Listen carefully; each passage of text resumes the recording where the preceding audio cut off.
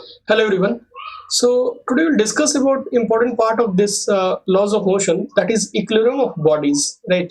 So जब भी हम बोलते हैं कि कोई भी बॉडी इक्विलिब्रियम में है, when a body is in equilibrium, इसका एक्चुअली मतलब होता क्या है, राइट? इसका मतलब ये हुआ कि उस बॉडी पे जितने भी फोर्सेस लग रहे हैं, right, whether it is in x direction और वाई डायरेक्शन, सारे के सारे फोर्सेस बैलेंस्ड है। और आप ऐसे ही बोल सकते हो कि उस बॉडी पे जो नेट फोर्स है वो जीरो है in any direction, whether it is x direction or y direction, net forces acting on that body is zero। और हम ऐसे ही बोल सकते हैं कि उसमें जो फोर्सेस हैं वो सारे फोर्सेस बैलेंस्ड है, या x डायरेक्शन की बात हो या y डायरेक्शन की बात हो, राइट, हर डायरेक्शन में जो है फोर्सेस बैलेंस्ड है। सो इजिली हम क्या कर सकते हैं, जो इक्विलिब्रियम से रिलेटेड प्रॉब्लम है वहां पे हम फ्री बॉडी डायग्राम बना सकते हैं, और फ्री बॉडी डायग्राम बना के हम फोर्सेस को रिजोल्व कर सकते हैं एक्स डायरेक्शन और वाई डायरेक्शन में, राइट। तो ये एक इंपॉर्टेंट कॉन्सेप्ट है जो कि लॉज ऑफ मोशन से आगे जब हम क्वेश्चंस डिस्कस करेंगे, बॉडीज की एक्सेलरेशंस वगैरह को फाइंड आउट करना, तो वहां पे ये कॉन्सेप्ट बहुत ही यूजफुल होगा। और basically you can say this is the fundamental और बिल्डिंग ब्लॉक जो आगे हम कॉन्सेप्ट सीखने वाले हैं लॉज ऑफ मोशन से अच्छे क्वेश्चंस को सॉल्व करने, तो वहां पे इसकी काफी एप्लीकेशन होगी। तो एक बार हम डिफाइन कर लेते हैं। A body a body is said to be in equilibrium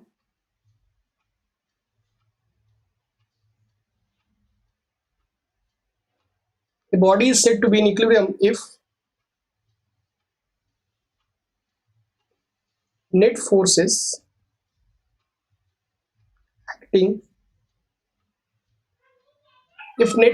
acting on the body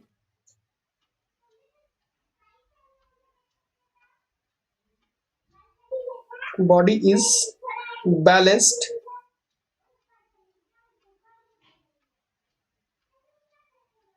net forces acting on the body is balanced in every direction,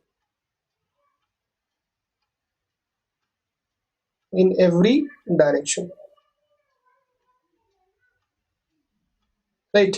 इसका मतलब हुआ कि उस बॉडी पे जो नेट फोर्स लग रहा है वो हर डायरेक्शन में बैलेंस्ड हो, और आप ऐसे भी समझ सकते हो कि net force is zero in every direction.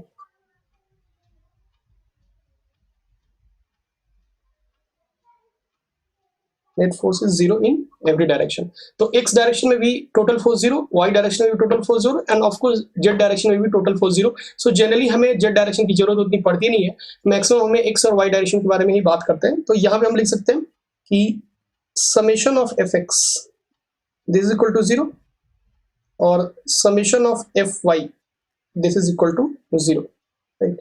यानी कि नेट फोर्सेस का सम एक्स डायरेक्शन में भी जीरो और नेट फोर्सेस का सम वाई डायरेक्शन में भी जीरो। अब नेक्स्ट हम देखते हैं कितने तरीके के इक्विलिब्रियम हो सकते हैं, how many different types of equilibrium is possible. So types of equilibrium.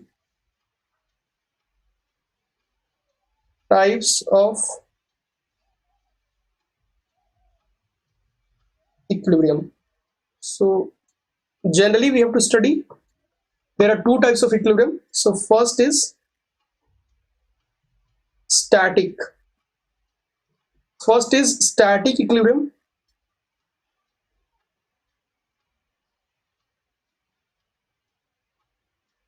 right। Static equilibrium, अब स्टैटिक इक्विलिब्रियम का मतलब क्या हुआ? स्टैटिक इक्विलिब्रियम जब हम बोलते हैं कोई बॉडी स्टैटिक इक्विलिब्रियम में है, इसका मतलब ये हुआ कि वो बॉडी, उस बॉडी पे नेट फोर्स तो बैलेंस्ड है ही, net force is zero and the body is at rest. So that means net force on that body is zero and body is in rest, body जो है वो rest में है। ये तो हुआ स्टैटिक इक्विलिब्रियम, किसी बॉडी पे नेट फोर्स जीरो है और वो बॉडी रेस्ट में भी है, राइट। तो बॉडी, उसको बोलेंगे हम static equilibrium. Next dynamic equilibrium, right. Next is dynamic equilibrium.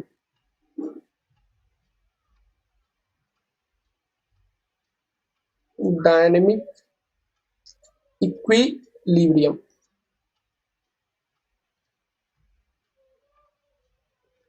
अब जब हम बोलेंगे डायनेमिक, डायनेमिक का मतलब क्या हुआ? मोशन, यानी कि बॉडी मोशन में तो है, राइट, लेकिन वो इक्विलिब्रियम है। इसका मतलब क्या हुआ? इसका मतलब बॉडी पे कोई नेट फोर्स नहीं लग रहा है। अगर नेट फोर्स बॉडी पे नहीं है, यानी कि बॉडी के पास कोई एक्सेलरेशन भी नहीं है। So a motion where body is moving with uniform velocity, body अगर कांस्टेंट स्पीड से मूव कर रही है, उसके पास कोई एक्सेलरेशन नहीं है, so such kind of motion is called as dynamic motion, right. यानी कि वो एक, और such kind of motion is called as in dynamic equilibrium, जहां पे बॉडी मूव तो कर रही है लेकिन वो कांस्टेंट स्पीड से मूव कर रही है, बॉडी के पास कोई एक्सेलरेशन नहीं है, right. So in this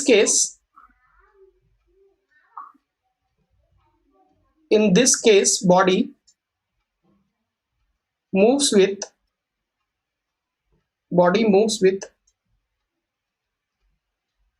constant velocity. इस केस में बॉडी कांस्टेंट वेलोसिटी से मूव करती है, और ऑफ कोर्स नेट फोर्स तो जीरो ही होगा। नेट फोर्स इस केस में जीरो होता है, और एक्सेलरेशन ऑफ द बॉडी की जो एक्सेलरेशन है वो भी जीरो ही होती है, right. So that is the basically two different types of equilibrium, that is the static equilibrium and dynamic equilibrium. Static equilibrium का मतलब हुआ कि बॉडी रेस्ट में है, उस पर नेट फोर्स बैलेंस्ड है, नेट फोर्स उस पर जीरो है एक्स डायरेक्शन में और वाई डायरेक्शन में। और डायनेमिक इक्विलिब्रियम का मतलब हुआ कि बॉडी मूव तो कर रही है लेकिन वो कांस्टेंट स्पीड से ही मूव कर सकती है, वो एक कांस्टेंट वेलोसिटी से मूव कर रही है, उसकी जो एक्सेलरेशन है वो जीरो है। सो वो हो गया हमारा सिचुएशन डायनेमिक इक्विलिब्रियम का। तो उस केस में भी बॉडी पे जो नेट फोर्स लगेगा वो नेट फोर्स जीरो होगा हर डायरेक्शन में। नाउ हम आते हैं कि हमारे जो कोर्स में है लॉज ऑफ मोशन जो हमें पढ़ना है, तो वहां पे हमें कैसे कैसे क्वेश्चंस को, इक्विलिब्रियम से रिलेटेड कैसे क्वेश्चंस को एग्जाम में पूछा जा सकता है और उन क्वेश्चंस को कैसे हैंडल करते हैं। तो उससे पहले हम देख लेते हैं कि कुछ स्टेप्स जो है, राइट, जो स्टेप्स हैं वो कुछ स्टेप्स कैसे हमें अप्रोच करना है, how we have to approach to solve such kind of problem, right. So हम देखते हैं steps to solve problem based on equilibrium,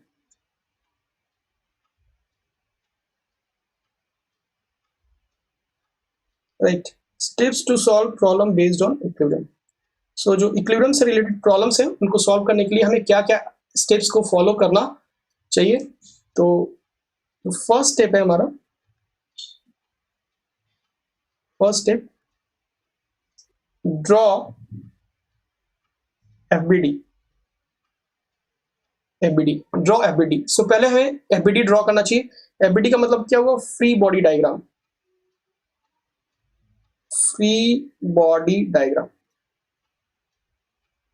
तो सबसे पहले हमें फ्री बॉडी डायग्राम को ड्रॉ करना चाहिए, that is the first step.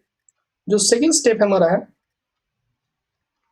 Free body diagram को आपने डिफाइन कर दिया, ड्रॉ कर दिया बॉडी की, उसके बाद डिफाइन योर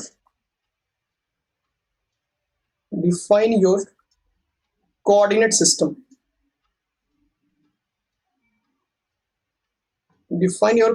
सिस्टम। अब अपने कोऑर्डिनेट सिस्टम को डिफाइन करो। कोऑर्डिनेट सिस्टम का मतलब हुआ आप अपने एक्स एक्सिस को डिफाइन करो और वाई एक्सिस को डिफाइन करो, और इसके लिए आपको क्या करना है? दो परपेंडिकुलर डायरेक्शंस को आप डिपेंड, और वो भी डिपेंड करता है सिचुएशन पे, प्रॉब्लम की क्या प्रॉब्लम दिया हुआ है, उसमें क्या गिवन कंडीशंस है, अकॉर्डिंग टू दैट हम अपने कोऑर्डिनेट सिस्टम को डिफाइन करते हैं। आप हॉरिजॉन्टल और वर्टिकल डायरेक्शन भी ले सकते हो, आप अलोंग द इंक्लाइन और अलोंग के परपेंडिकुलर डायरेक्शन को भी, किसी भी दो म्यूचुअली परपेंडिकुलर डायरेक्शंस को आप कोऑर्डिनेट सिस्टम अपनी डिफाइन कर सकते हो, राइट। और वो कैसे हमें डिफाइन करना है, वो जो हम क्वेश्चन को सॉल्व करेंगे या जो प्रॉब्लम दिया हुआ है उसके अकॉर्डिंग, हम ऐसा कोई हार्ड एंड फास्ट रूल नहीं है कि हमें हॉरिजॉन्टल और वर्टिकल ही लेना है या अलोंग द इंक्लाइन और परपेंडिकुलर टू इंक्लाइन ही लेना है, right. That depend on the situation, problem में क्या दिया हुआ है उसके अकॉर्डिंग हम अपने कोऑर्डिनेट सिस्टम को डिफाइन कर सकते हैं। So that second step is define your coordinate system. इसका मतलब हुआ अपने x axis and y axis, इसे हम डिफाइन कर लेंगे। एक बार हमने कोऑर्डिनेट सिस्टम को डिफाइन किया, इसके बाद क्या करते हैं? Resolve the forces resolve the forces along x and y axis. Forces को आप रिजॉल्व करो एक्स और वाई डायरेक्शन में, राइट। जो हमारे एक्स डायरेक्शन और वाई डायरेक्शन है उधर फोर्सेस को रिजॉल्व करो।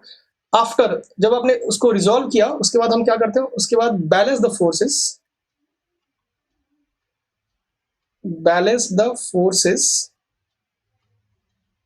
Forces in x and y direction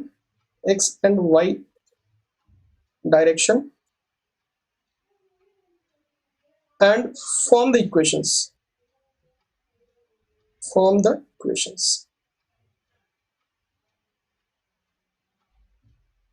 right. तो ये सारे स्टेप्स को हम फॉलो करते हैं। सबसे पहले हम फ्री बॉडी डायग्राम बॉडी की बनाएंगे। जो भी क्वेश्चन दिया हो उसमें फ्री बॉडी डायग्राम बॉडी को आइसोलेट करके उसकी फ्री बॉडी डायग्राम बना देंगे। उसके बाद अपने कोऑर्डिनेट सिस्टम को डिफाइन कर देंगे, अपनी एक्स और वाई डायरेक्शन को डिफाइन कर देंगे।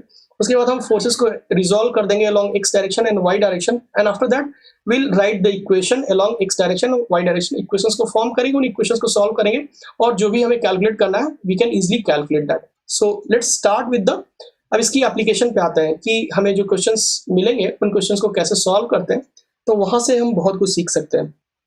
सो let's take the first problem here.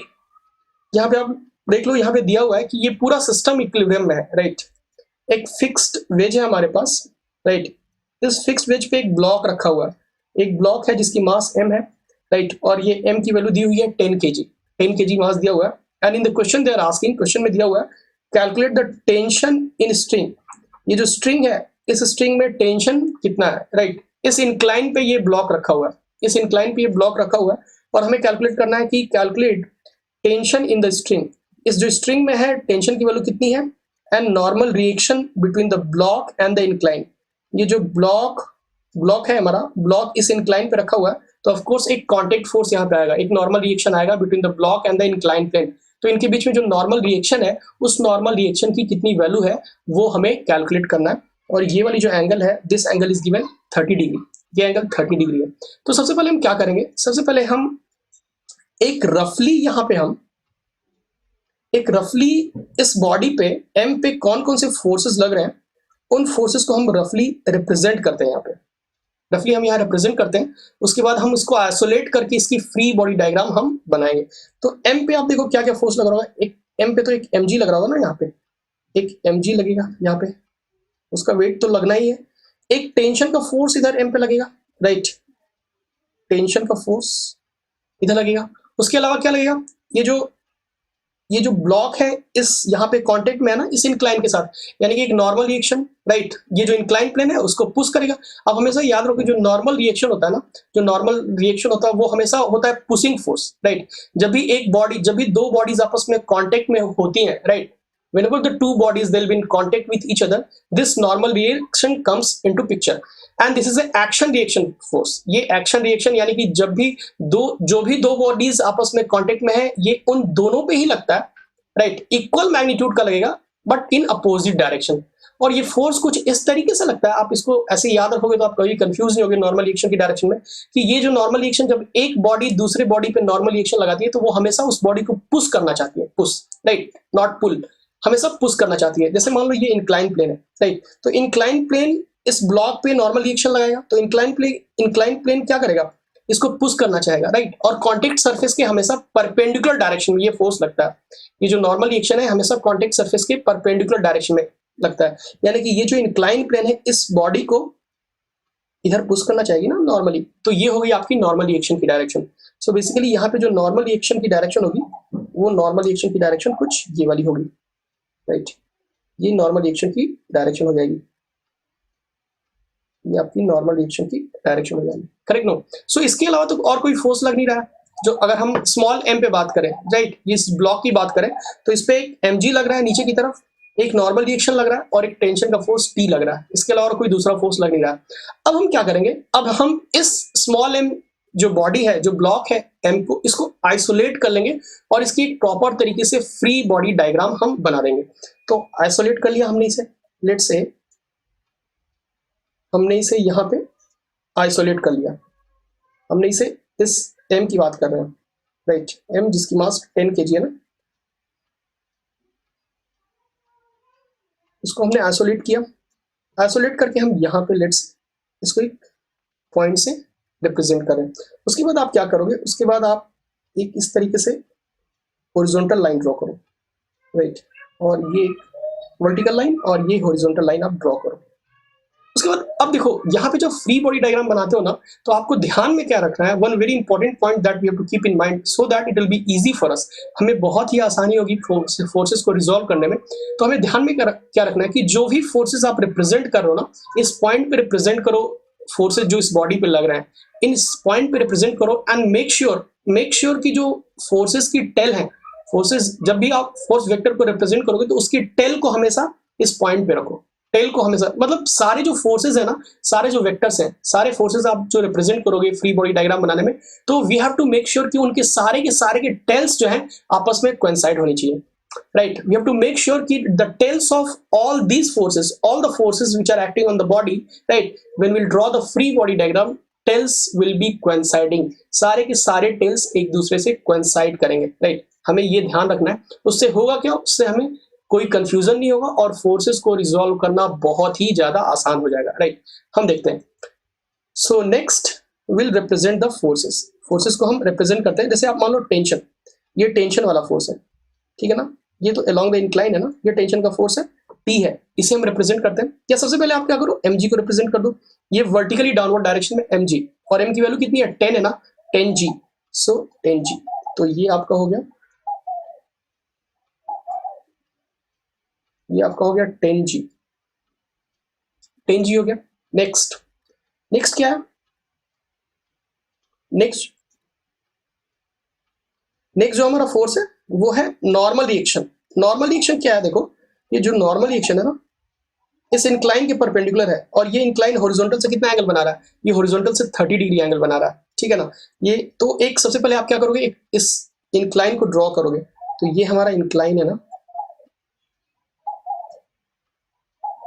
ये इंक्लाइन है, और ये इंक्लाइन, अब एक चीज आपको ध्यान में रखना है, ठीक है। अब जैसे देखो, आप ये देखो, ये जो इंक्लाइन, ये जो लाइन है और ये जो हॉरिजॉन्टल लाइन है, इन दोनों के बीच में एंगल कितनी है, 30 डिग्री, ठीक है ना। अब ये जो नॉर्मल रिएक्शन है इस पे परपेंडिकुलर है, इस पे परपेंडिकुलर है, और ये जो वर्टिकल लाइन है ये इस पे परपेंडिकुलर है। आप एक कॉन्सेप्ट हमेशा ध्यान रखो, जिससे आपको कभी भी एंगल्स कैलकुलेट करने में कभी प्रॉब्लम नहीं होगी। हमें क्या रखना है कि जब भी दो लाइंस, राइट, जब भी दो लाइंस के बीच में मान लो एंगल थीटा है, if the angle between the two line is theta, ये ज्योमेट्री का कॉन्सेप्ट है और बहुत ही यूजफुल होता है इस केस में।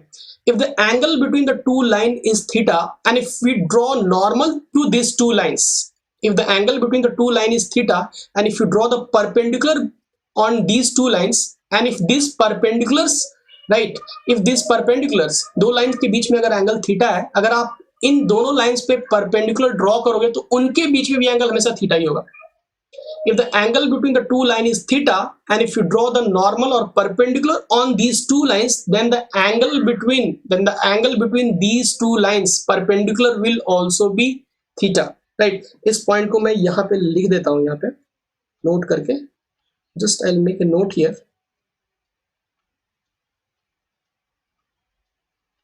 If the angle between two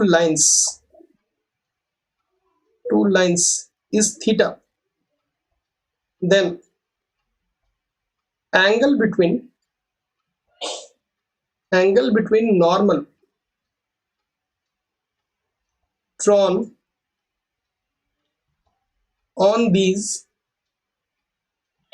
two lines will also be theta, right? So this is very important point, right? तो बहुत इंपॉर्टेंट पॉइंट है, आप इसको ध्यान में रख सकते हो। अगर दो लाइंस के बीच में एंगल थीटा है तो इन दोनों लाइंस पे अगर आप परपेंडिकुलर को ड्रॉ करोगे तो उनके बीच में भी एंगल हमेशा थीटा ही रहने वाला है, एंगल कुछ डिफरेंट नहीं होगा। तो फॉर एग्जांपल जैसे मान लो यहाँ पे आप रिप्रेजेंट करो नॉर्मल फोर्स, तो नॉर्मल क्या है, नॉर्मल तो इस इंक्लाइन, ये जो इंक्लाइन आपने ड्रॉ किया, राइट, ये जो इंक्लाइन आपने ड्रॉ किया इसके परपेंडिकुलर है ना नॉर्मल, तो उस नॉर्मल को आप ड्रॉ करो यहाँ पे। तो नॉर्मल को हमने ड्रॉ किया यहाँ पे, राइट, इस नॉर्मल को आप ड्रॉ कर दो यहाँ पे। तो ये हो गई नॉर्मल रिएक्शन। अब नॉर्मल रिएक्शन और वर्टिकल के बीच में एंगल देखो, ये जो वर्टिकल लाइन है ना, इस वर्टिकल लाइन और नॉर्मल रिएक्शन, इसके बीच में एंगल कितना होगा? इसके बीच में जो एंगल होगा वो एंगल होगा 30 डिग्री। ये मैंने कैसे बोला कि ये एंगल 30 डिग्री होगा? ये एंगल 30 डिग्री इसलिए होगा क्योंकि आप देखो, ये जो हॉरिजॉन्टल लाइन है और ये जो इंक्लाइन है, इन दोनों के बीच में एंगल कितना है? इन दोनों के बीच में एंगल 30 डिग्री है, राइट। और ये जो नॉर्मल है इस पे परपेंडिकुलर है, और ये जो वर्टिकल लाइन है ये इस हॉरिजॉन्टल लाइन पे परपेंडिकुलर है। तो अभी हमने पढ़ा ना कि अगर दो लाइंस के बीच में एंगल थीटा है तो इन दोनों पे जो आप परपेंडिकुलर ड्रॉ करोगे उनके बीच में एंगल हमेशा थीटा ही होगा। तो इसके और इसके बीच में एंगल कितना है? थीटा है ना। तो इस पे हमने परपेंडिकुलर ड्रॉ किया नॉर्मल, और जो इस पे हमने परपेंडिकुलर ड्रॉ किया ये वर्टिकल लाइन, तो इन दोनों के बीच में भी एंगल क्या होगा? थीटा ही होगा। यानी कि नॉर्मल और वर्टिकल लाइन के बीच में एंगल थीटा ही होगा। यानी कि into this case this angle will be 30 degree. यानी कि ये वाली जो एंगल होगी ना, ये एंगल होगी 30 डिग्री, राइट। डायरेक्टली आप लिख सकते हो। अब इसको क्रॉस चेक भी आप कर सकते हो, अगर आप चाहो तो इसे क्रॉस चेक कर लो। जैसे मान लो ये जो इंक्लाइन है, this incline is making angle with horizontal 30 degree ना, so this is making angle 30 degree. So that means basically this angle is 30 degree. तो ये अगर 30 है तो ऑफ कोर्स ये कितना होगा? ये 30 होगा ना। ये 30 होगा तो ये कितना हुआ? ये 60 होगा, ये 60 होगा। अब अगर ये 60 हुआ तो ये हॉरिजॉन्टल लाइन और वर्टिकल लाइन परपेंडिकुलर, तो ये 30 होना है।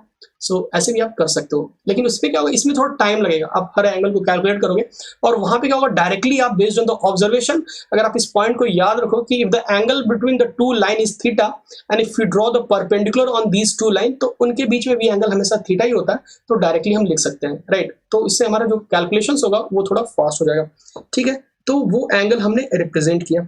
उसके बाद क्या है? उसके बाद हमें टेंशन फोर्स को भी रिप्रेजेंट करना है।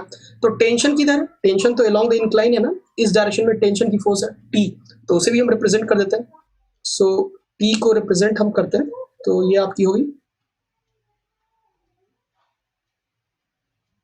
राइट। तो ये होगी हमारी टी।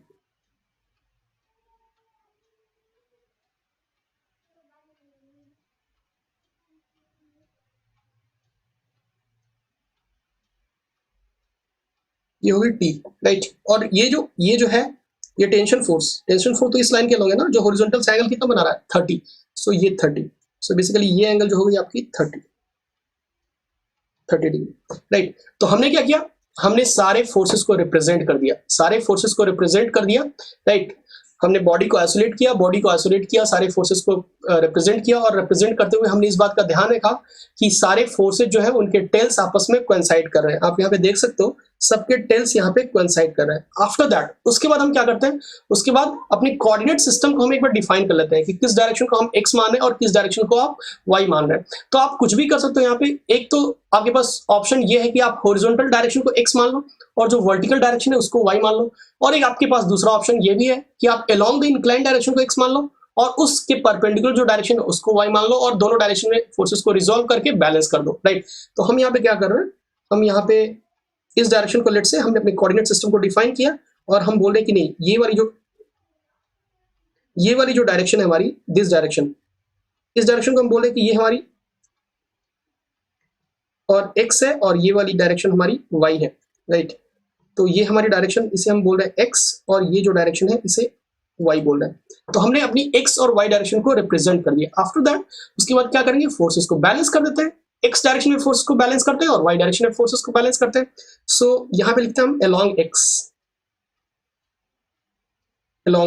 तो x डायरेक्शन में सबसे पहले फोर्सेस को बैलेंस करते हैं। तो x डायरेक्शन में क्या है?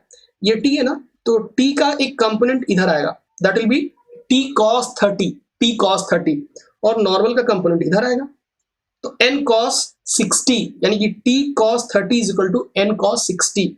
सो that means t cos 30 is equal to n cos 60. So that will be t into cos 30. Cos 30 की वैल्यू कितनी होगी? sin 60 √3/2 √3/2 √3/2 is equal to n cos 60, n cos 60 हो गई cos 60 sin 30 1/2, राइट. सो 2 cancel, यानी कि हमारे पास आ गया √3t is equal to n. तो ये तो फर्स्ट इक्वेशन हमारे पास आ गया, right. So this is the first equation. उसके बाद हम क्या कर सकते हैं, अलोंग y डायरेक्शन में आप फोर्सेस को बैलेंस कर सकते हो, right. So will balance the forces along y. सो यहां पे हम लिखते हैं अलोंग y.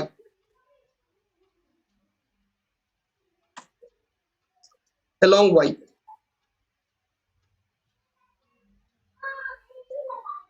अब अलोंग y डायरेक्शन में आप देख लो, y डायरेक्शन में फोर्सेस को रिजॉल्व करो तो t का एक कंपोनेंट इधर आएगा ना, ये. सो t cos 30 इधर हुआ, t sin 30 इधर हुआ, t sin 30 plus n cos 30, right. So t sin 30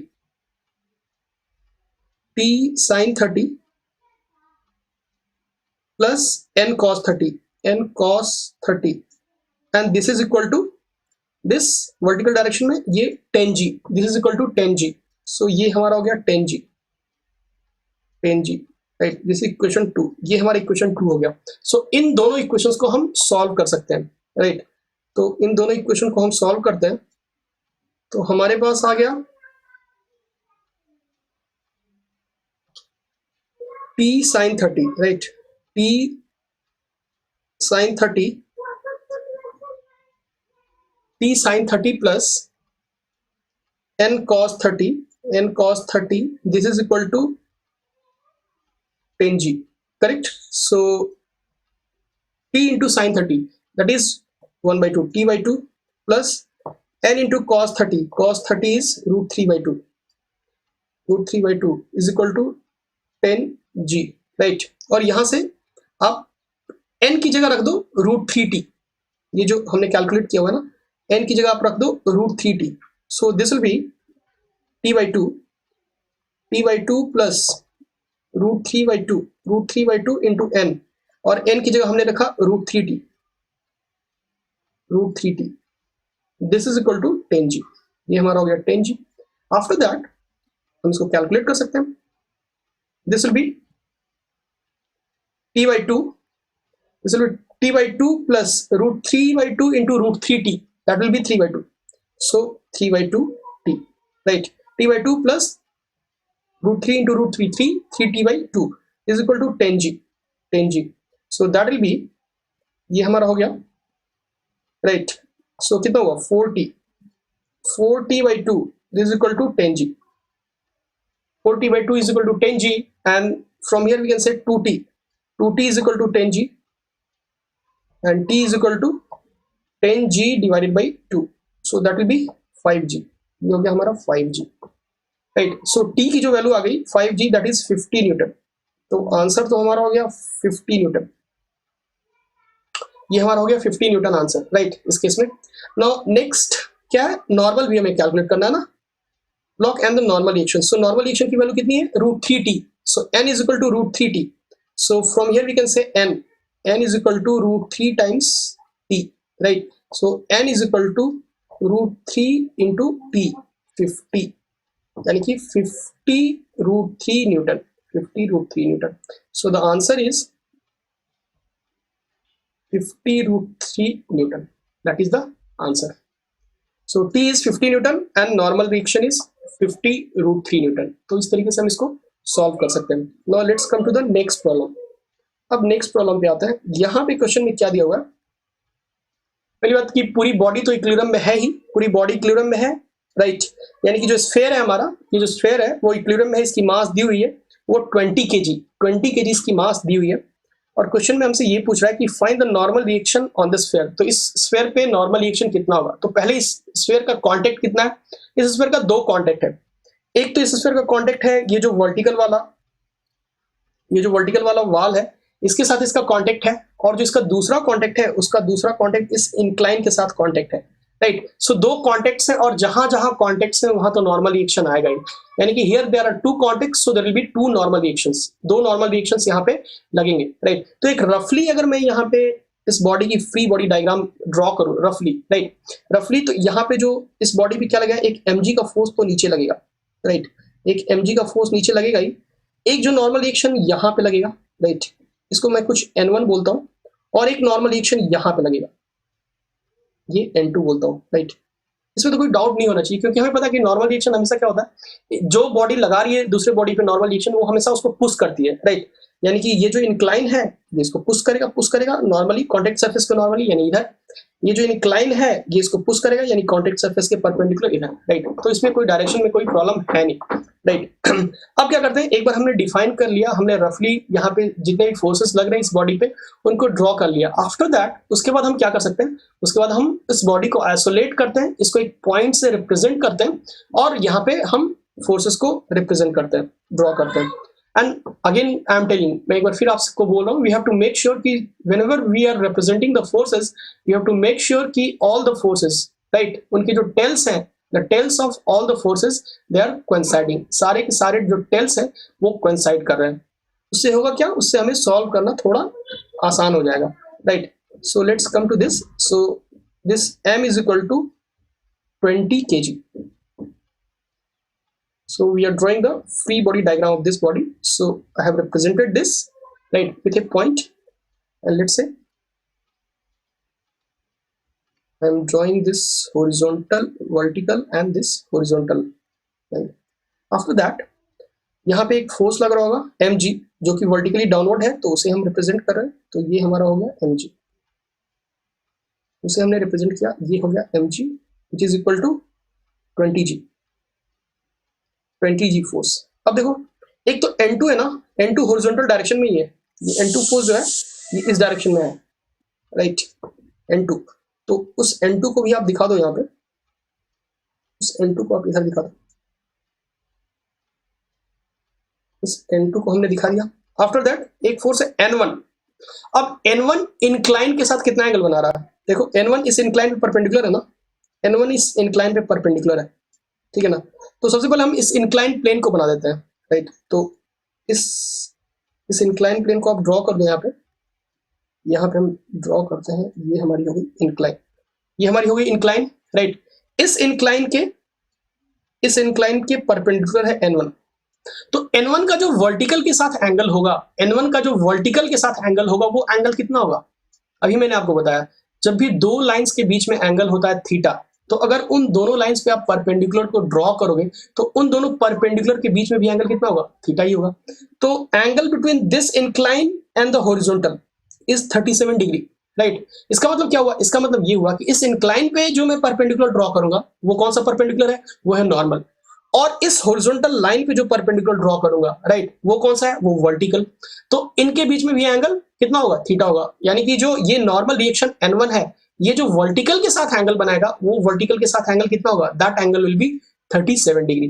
तो उस एंगल को हम क्या करेंगे, उस एंगल को यहाँ पे रिप्रेजेंट करेंगे, राइट। तो let's make this n normal reaction here. तो उस नॉर्मल रिएक्शन को हम यहाँ पे ड्रॉ कर देते हैं। तो ये हमारी हो गई N1,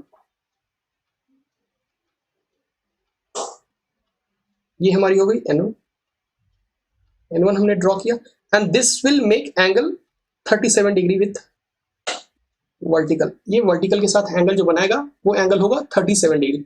आफ्टर दैट उसके बाद क्या करते हैं हम, उसके बाद अपनी कोऑर्डिनेट सिस्टम को डिफाइन कर लेते हैं। तो लेट्स से कि हमने अपने कोऑर्डिनेट सिस्टम को डिफाइन किया, इसे हम कुछ बोल रहे हैं x direction, let's say this is x and this is y, right. तो ये हमारा हो गया एक्स डायरेक्शन और ये हमारा हो गया वाई डायरेक्शन। तो हमने अपने कोऑर्डिनेट सिस्टम को डिफाइन किया। After that will resolve the forces को हम रिजॉल्व करेंगे along X and along Y direction. So सबसे पहले रिजॉल्व करते हैं अलोंग एक्स डायरेक्शन में रिजॉल्व करते हैं। तो एक्स डायरेक्शन में क्या होगा, आप देख लो, एक्स डायरेक्शन में N1 का एक कंपोनेंट होगा ना, इधर ये N1 cos 37 इधर होगा, इधर क्या होगा N1 sin 37, राइट। सो यहाँ पे हमने लिखा N1 sin 37 और इसकी वैल्यू कितनी होगी, इसकी वैल्यू होगी, इधर तो क्या है N2 ही है ना, यानी कि N2 के बराबर, राइट। सो N1 sin 37 कितना होगा 3/5, so 3N1/5 is equal to N2, right. तो यहां से हम बोल सकते हैं 3N1 is equal to 5N2। This is equation 1, ये हमारा इक्वेशन 1 हुआ।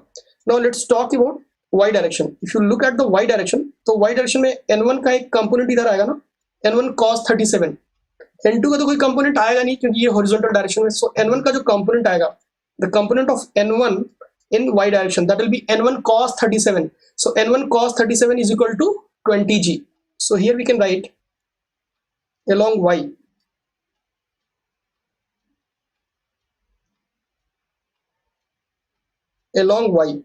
along y हम लिखेंगे n1 cos 37, this is equal to 20g.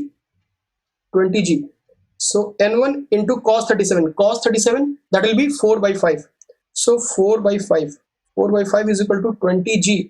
that means n1 की जो वैल्यू आ गई, यहां से आ गई आपकी 5 से, ये 4 से 5 गया, 5g into 5g, 25g, that will be equal to 4 5 5 5 25g यानी कि 250 न्यूटन, राइट। यानी कि जो हमारा आंसर हुआ, जो n1 की वैल्यू आई, n1 की वैल्यू आ गई 250 न्यूटन, ये तो n1 की वैल्यू आ गई। हमें n2 भी कैलकुलेट करना है, तो n2 की वैल्यू हम यहां से कैलकुलेट कर सकते हैं। जो n2 की वैल्यू यहां से हम कैलकुलेट करेंगे, n2 is equal to 3n1 divided by 3n1 by 5, right. So that will be equal to 3 by 5 into n1 is 250, यानी कि कितना हुआ 50 इंटू 3 150, यानी कि n2 is equal to 150 newton. So n2 की जो वैल्यू आ गई, हमारी 150 newton. So that is the answer. So n1 is 250 newton और n2 इज 150 न्यूटन। सो ये दो नॉर्मल रिएक्शंस लगेंगे, उनकी वैल्यूज होगी, right. Now let's come to the next problem. हम नेक्स्ट क्वेश्चन पे आते हैं। यहाँ पे देखो, यहाँ पे एक स्फेयर है हमारे पास, और ये स्फेयर एक तो फिक्स्ड वेज है और ये फिक्स इंक्लाइन है, इनके बीच में एक स्फेयर है जो कि इक्विलिब्रियम में है, राइट। ये वाली जो एंगल है आपको, दिस एंगल इज 30 डिग्री, ये एंगल 30 है और ये एंगल भी 30 डिग्री है, राइट। ये सब कुछ दिया हुआ है, पूरा का पूरा सिस्टम हमारा जो है वो इक्विलिब्रियम में है। And what we have to do is we have to calculate the normal reaction on sphere. इस स्फेयर पे जो नॉर्मल रिएक्शन है, उस नॉर्मल रिएक्शन को हमें कैलकुलेट करना है। कितना नॉर्मल रिएक्शन है वो हमें कैलकुलेट करना है यहाँ पे। तो सबसे पहले हम क्या करेंगे, सबसे पहले रफली जो फोर्सेस लग रहे हैं, राइट, उन फोर्सेस को हम यहाँ रिप्रेजेंट करते हैं।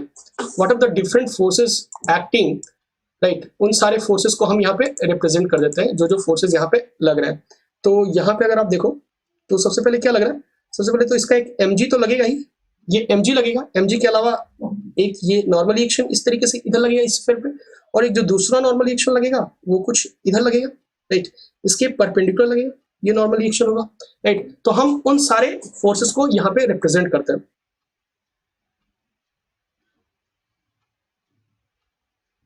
तो सबसे पहले ये mg,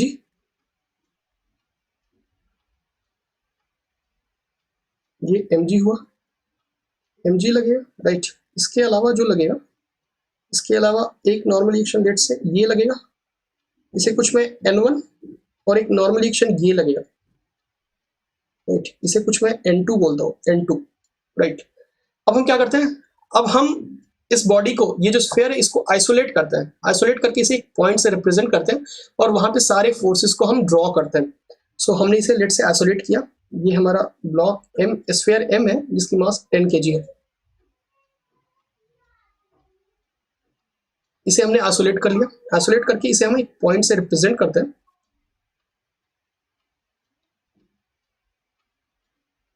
राइट। और हमने एक हॉरिजॉन्टल लाइन यहाँ पे ड्रॉ किया, और ये वर्टिकल लाइन हमने ड्रॉ किया,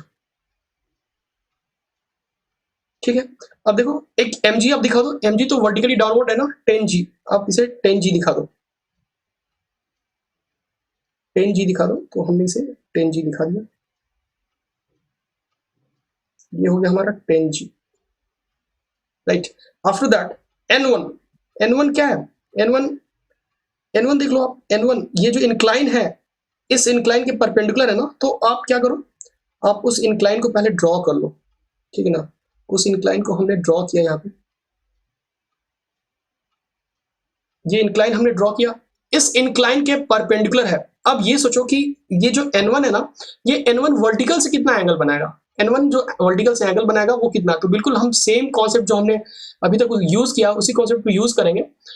when whenever two lines will make angle theta with each other, and if you draw the normal to these two lines, those two normals will also make angle theta with each other। हमें ध्यान में रखना है, यानी कि ये जो आपका इंक्लाइन है ये हॉरिजॉन्टल के साथ कितना एंगल बना रहा है 30 डिग्री, यानी कि इस इंक्लाइन पे जो अगर हम परपेंडिकुलर ड्रॉ करें जो कि नॉर्मल है, और इस हॉरिजॉन्टल पे जो परपेंडिकुलर ड्रॉ करें जो कि इस जो वर्टिकल लाइन है, दोनों के बीच में एंगल कितना होगा, दोनों के बीच में एंगल होगा वो होगा 30 डिग्री, यानी कि this normal N1 will make angle 30 degree with the vertical, right.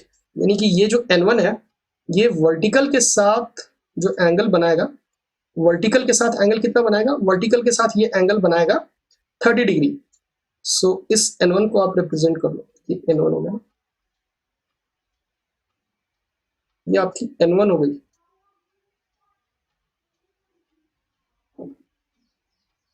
N1, ये N1 वर्टिकल के साथ जो एंगल बनाएगा वो 30 डिग्री वर्टिकल के साथ एंगल बनाएगा।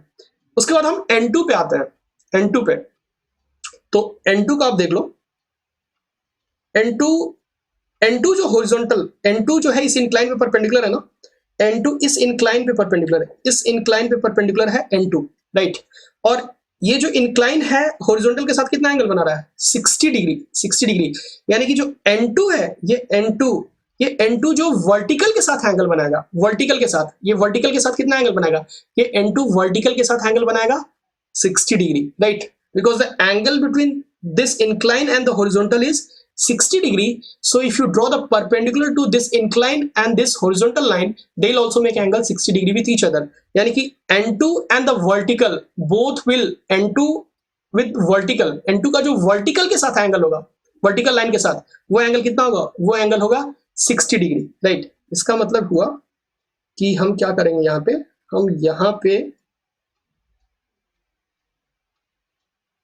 हम यहाँ पे सबसे पहले तो 60 डिग्री वर्टिकल के साथ N2 जो एंगल बनाएगा वो 60 डिग्री, तो N2 को रिप्रेजेंट कर लेते हैं पहले।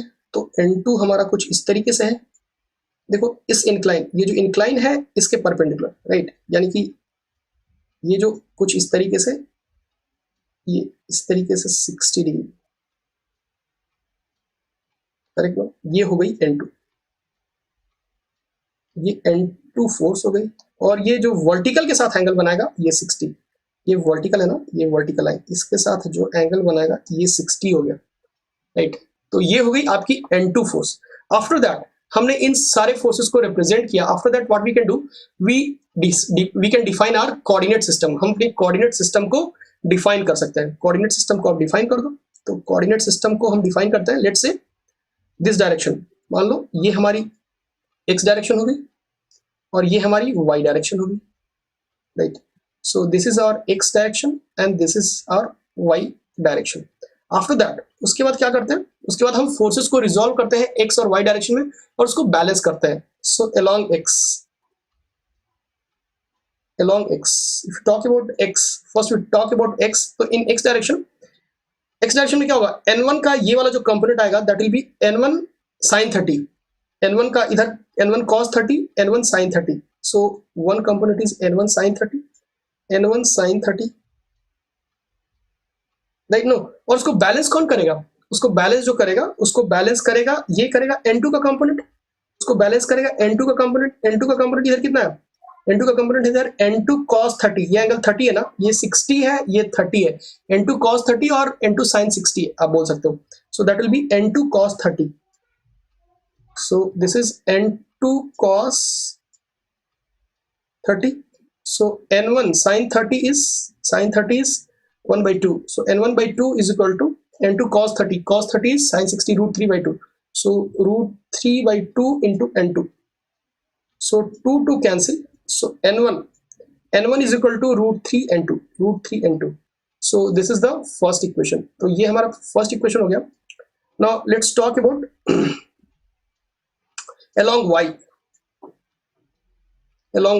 so along y, if you talk about y direction, अगर हम y direction की बात करें, so y direction में क्या क्या फोर्सेस लग रहे हैं, सो y डायरेक्शन में n1 का एक कंपोनेंट होगा ना, n1 का कंपोनेंट इधर होगा n1 cos 30 और n2 का एक कंपोनेंट होगा इधर n2 cos 60 plus 10g।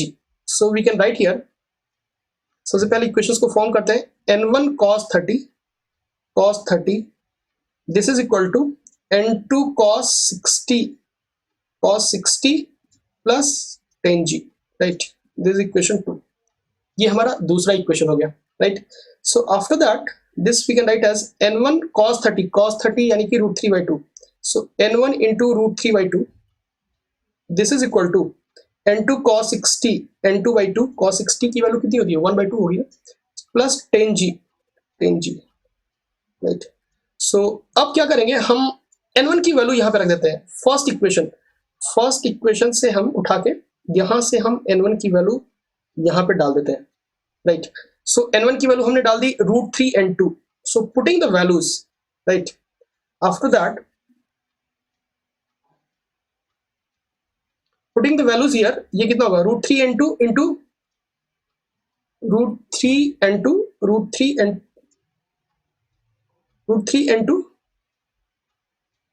Into n1 की value √3 n2 into √3/2 this is equal to n2/2 plus 10g। So this is equal to यहां से √3 इंटू √3 कितना हुआ 3 n2/2 minus n2/2। So this is come 3 n2/2 minus n2/2, this is equal to 10g, right. ये हुआ आपका 10g। 3 n2/2 minus n2/2 is equal to 10g, right. So that is 2 n2/2, that is n2, correct no. ये हो गया 3 n2 minus n2, 2 n2/2 यानी कि n2 हुआ, n2 is equal to 10g। तो n2 की जो वैल्यू आ गई 10g, that is equal to 100 Newton,